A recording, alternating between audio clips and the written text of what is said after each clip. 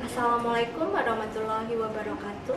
Perkenalkan, nama saya Purwi Kiranasari SPD. Saya adalah guru di SMK Negeri 2 Bawang. Sekaligus mahasiswi PPG dalam jabatan Angkatan Ketiga tahun 2021 di LPTK Universitas Siliwangi. Pada hari ini, Senin 18 Oktober 2021, saya akan melaksanakan ujian kinerja atau UKIN secara luring di SMK Negeri 2 Bawang. Berikut ini adalah uji kinerja saya. Selamat menyaksikan.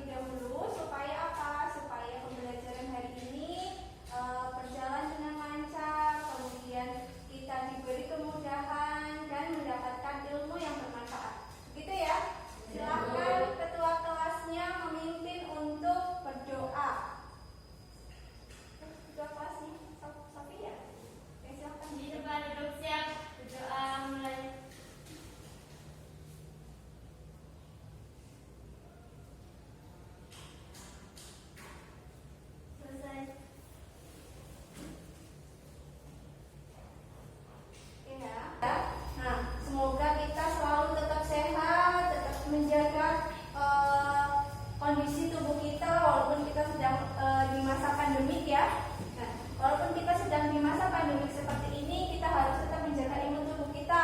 Dengan apa? Dengan kita rajin memakai masker di sekolah, dengan kita selalu mencuci tangan, kemudian juga makan makanan yang bergizi. Jangan sering begadang, ini yang bagi yang laki-laki, mesti sering begadang di rumah ya. Kalau main apa itu?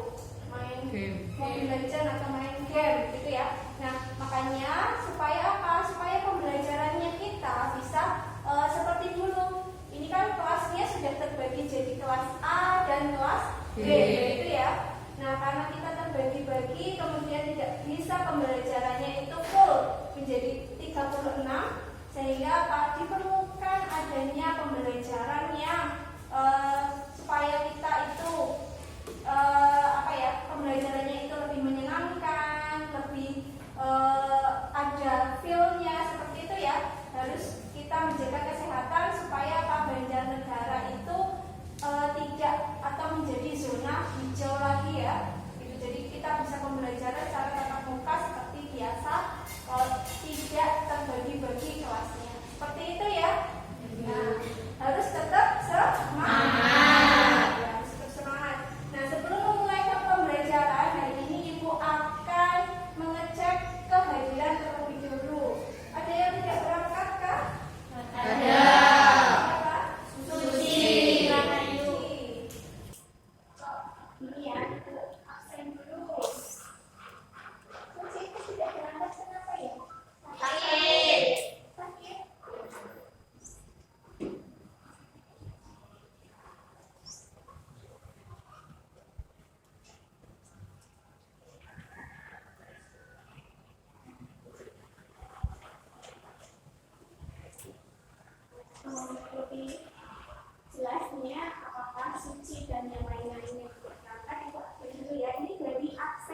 berarti ya?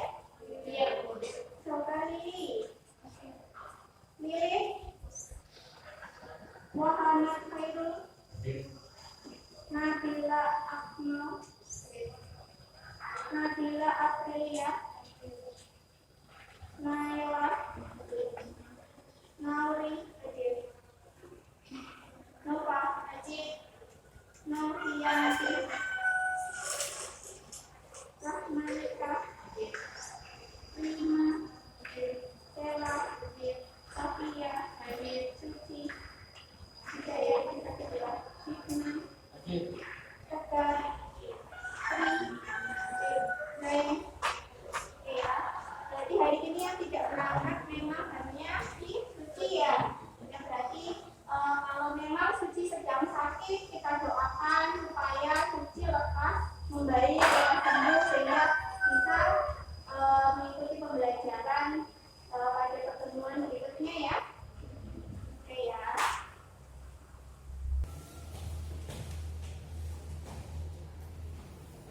Sebelum kita lanjut ke materi, sekarang coba kita akan melakukan yang namanya operasi semut. Ada yang tahu nggak operasi semut itu apa? Tidak ya.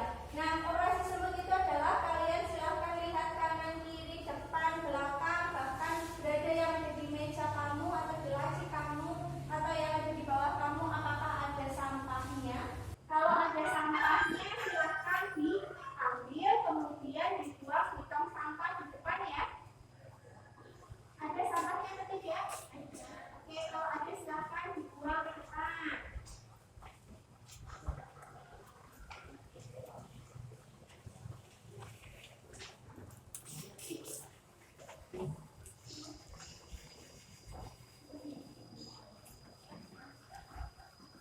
Looking.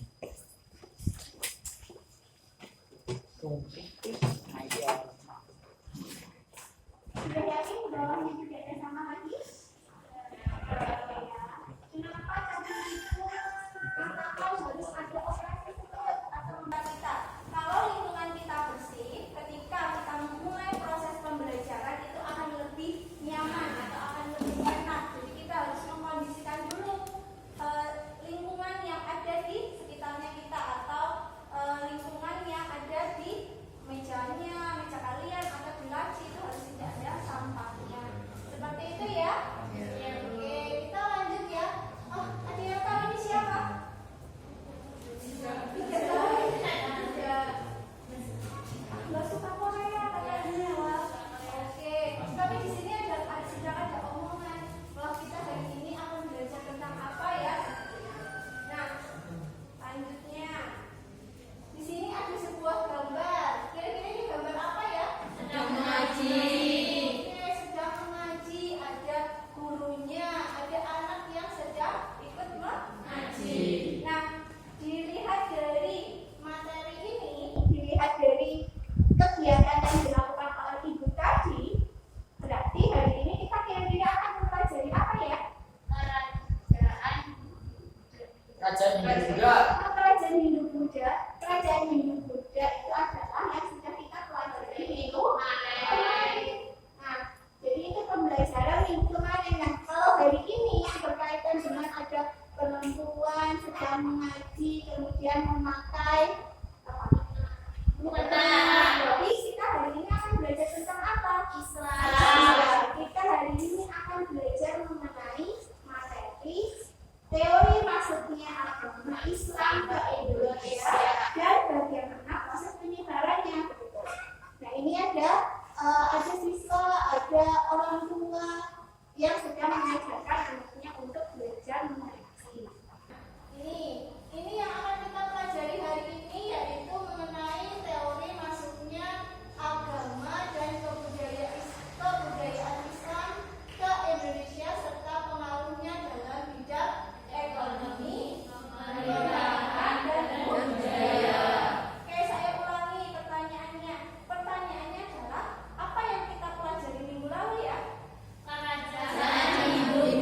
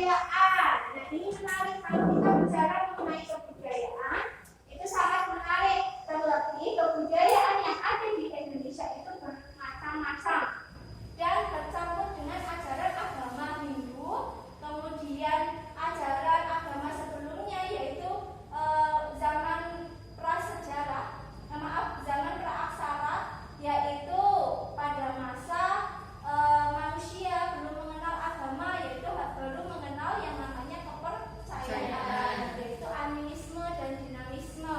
Nah, kalau masa ini, kedua masa ini akhirnya apa? Bergabung dengan ajaran dari agama Islam, membentuk sebuah kebudayaan baru.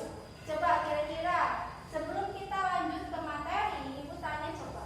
Kira-kira pengetahuan kamu yang kalian tahu di lingkungan kamu mengenai, Ibu tanya coba. Kira-kira pengetahuan kamu yang kalian tahu di lingkungan kamu mengenai kebudayaan Islam, tapi ini adalah hasil akulturasi dengan ajaran yang sebelumnya, tapi sudah menjadi sebuah kebudayaan atau sudah menjadi sebuah kebiasaan yang ada di masyarakat. Contohnya apa? Tasyakuran. Tasyakuran contohnya apa?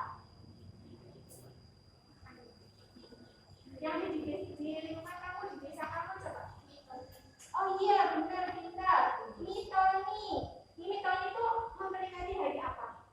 Orang hamil ya. Mitoni, terus Mitoni Ngapati gitu ya. Terus ada kalau orang meninggal nanti diperingati apa? Yasinannya itu sampai 7 hari. Ya. 40 hari. 100.000 gitu ya. Itu adalah sebenarnya kebudayaan yang telah bersambut dengan kebudayaan sebelumnya, yaitu agama Hindu dan masa kepercayaan. Jadi bukan murni ajaran agama Islam, tapi telah bercampur. Tapi sudah menjadi kebiasaan.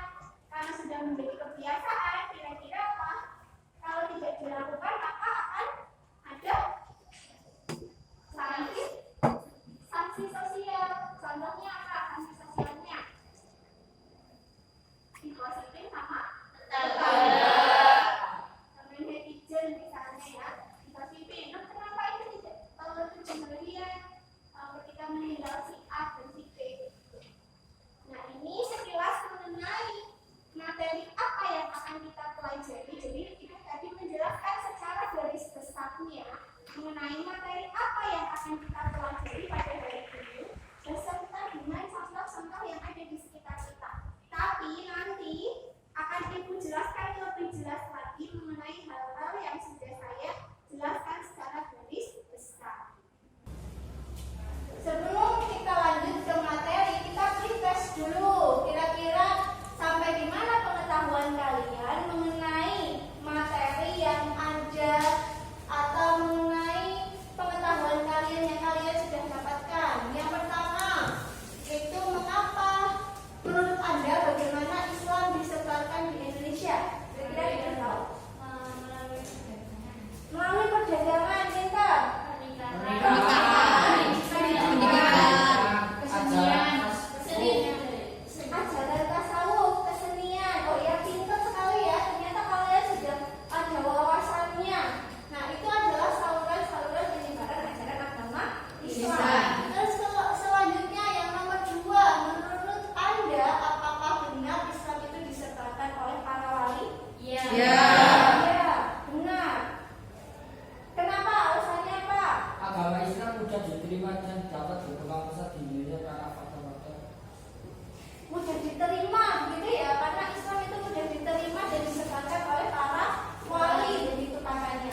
Nah, oke, ini adalah pengetahuan dasar kalian mengenai benar atau tidak apa yang sudah kalian jelaskan. Akan Ibu perjelas lagi ketika kita sudah membahas mengenai materi-materi yang akan kita pelajari hari ini. Begitu ya? Nah,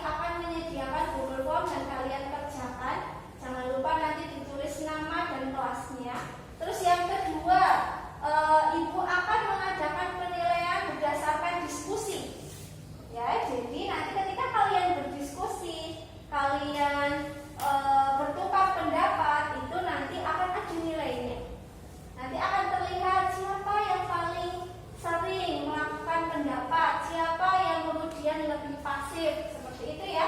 Jadi diharapkan nanti ketika proses diskusi kalian harus aktif semuanya sehingga nanti nilainya bagus. Gitu ya.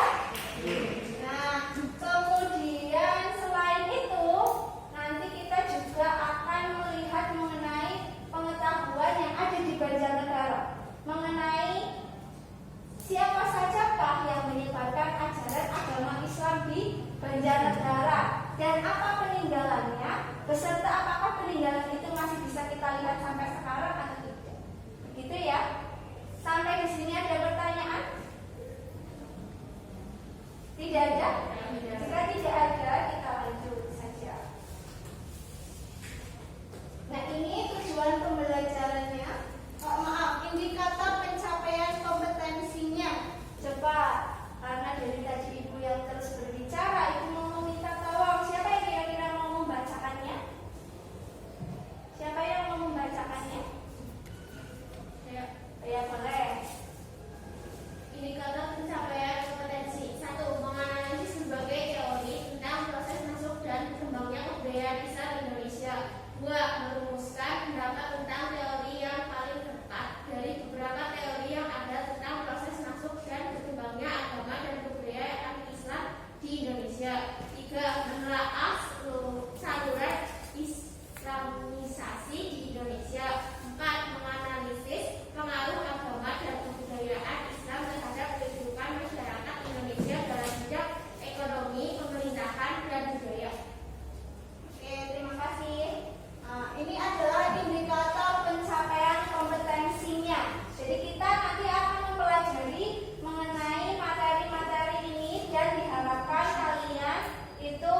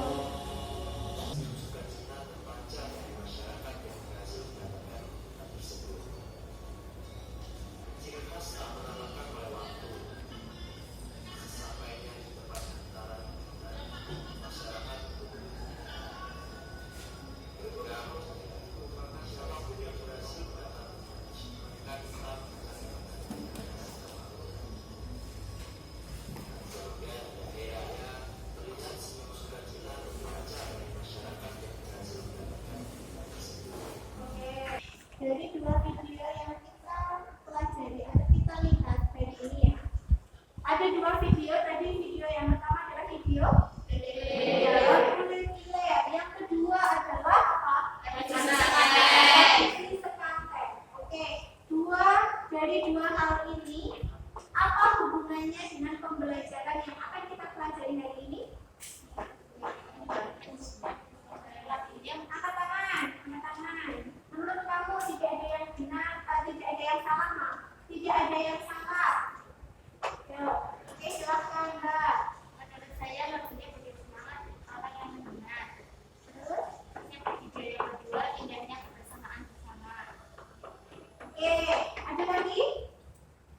Ada lagi? Angkat tangan. Ada lagi? Oke, yang belakang, boleh.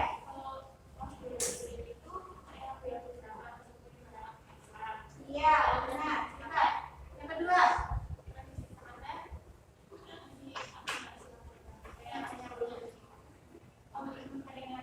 Iya, memperingati Maulid Nabi. Oke, kita akan jelaskan yang pertama mengenai apa?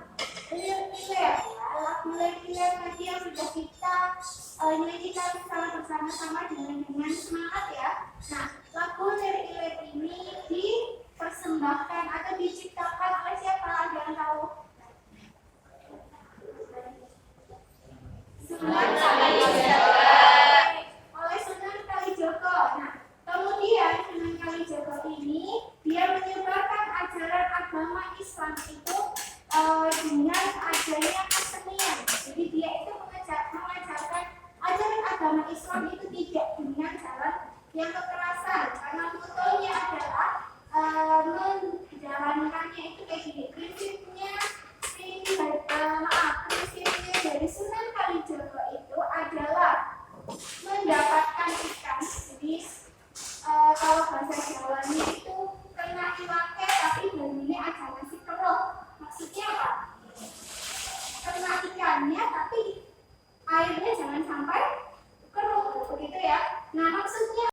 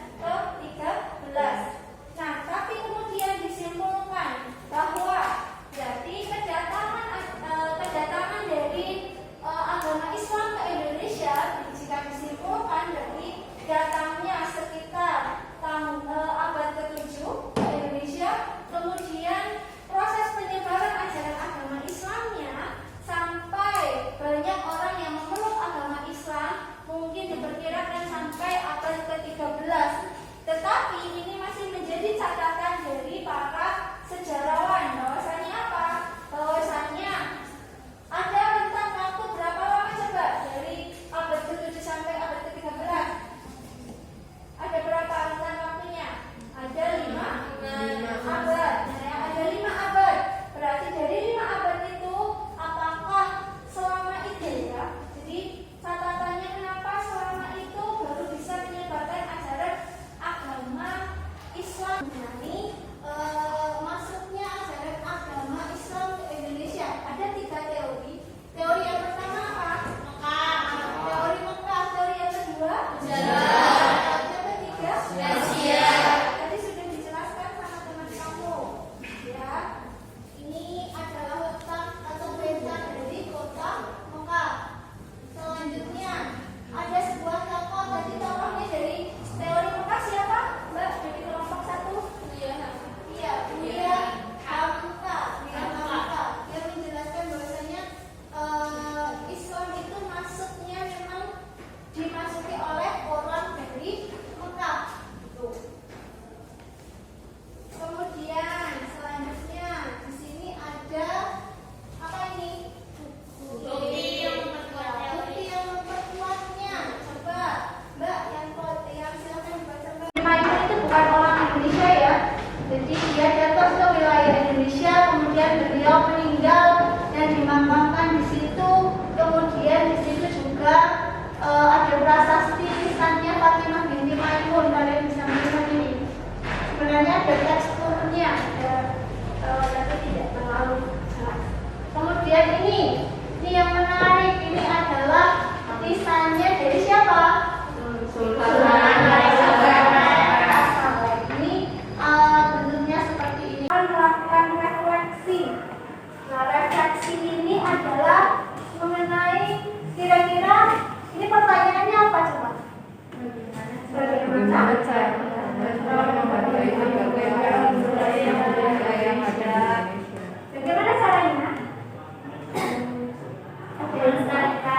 Melestarikan adalah apa? Budaya-budayanya. Terus apa lagi? Ingin mencari tahu lebih lanjut mengenai kebudayaan yang ada di wilayah Indonesia, seperti itu. Terus apa lagi? Menjaganya, tradisi itu tetap harus berjalan, gitu ya. Kuis ya, sudah ibu masukkan kuis ke classroom ya. Sudah ibu masukkan kuis ke classroom, silahkan sekarang kalian buka HP-nya, kemudian buka classroom-nya, kemudian kerjakan soalnya yang ada di classroom tadi. Dikerjakan, pilihlah jawaban yang paling tepat di classroom tadi. Jawabannya yang ada di Google.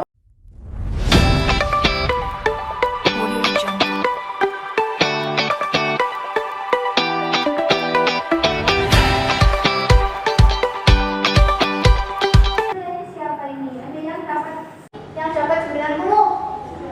Ariel Rahman. Siapa? Iya, bagus, pintar ya.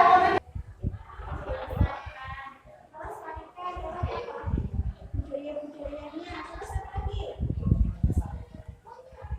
Ingin mencari tahu lebih lanjut mengenai kebudayaan yang ada di wilayah Indonesia.